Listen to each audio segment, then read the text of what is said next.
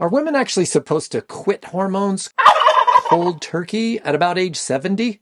In this video, we're going to uncover 3 truths about hormone replacement for menopause that help you decide whether you should stop your HRT cold turkey or not.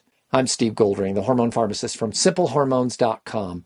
I've earned multiple certifications about hormone replacement therapy. Doctors trust me to teach their patients, both men and women, about hormones. I'm here to help you move from confusion to clarity about hormones and your menopause symptoms. A woman in her late 60s commented on my YouTube channel 2 days ago that her doctor said she doesn't see me still on HRT in my 70s.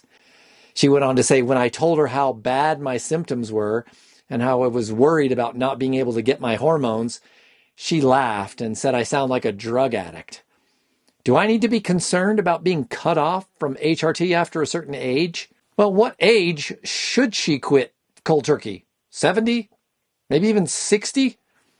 I've heard from a lot of women who've been told exactly that from their doctors. If you're thinking about starting on hormones, but it's been a while since you went into menopause, you might want to take a look at that other video. If you started taking hormone replacement soon after your last menstrual period, maybe within a couple of years, it's possible you've been on hormones for 5 years, 10 years, even 20 years. Maybe your doctors started getting a bit squeamish, thinking that when you get past a certain age, the risks of hormone replacement outweigh the benefits. The idea that women should only take hormones at the lowest effective dose for the shortest period of time, that's been around about 20 years or so, ever since the publication of the Women's Health Initiative. Misinterpretation of the results of the WHI are exactly why doctors get scared of hormones and tell women you should quit cold turkey after a certain age. That age varies from doctor to doctor.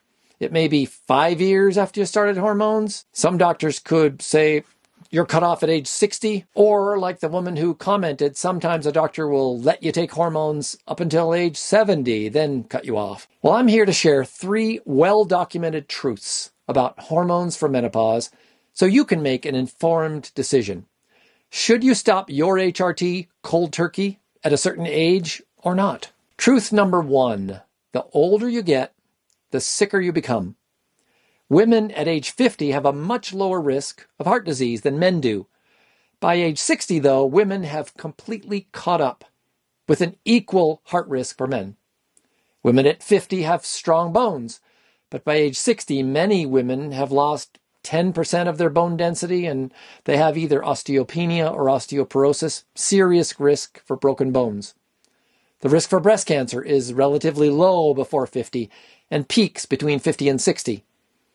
While it can happen earlier, women start moving into insulin resistance and type 2 diabetes at much higher rates after 50.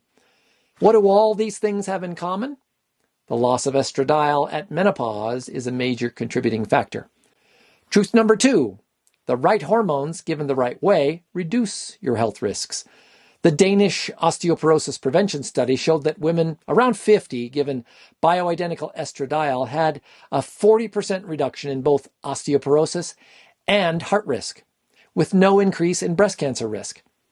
Truth number 3, the earlier you start HRT, the more it helps reduce your risks.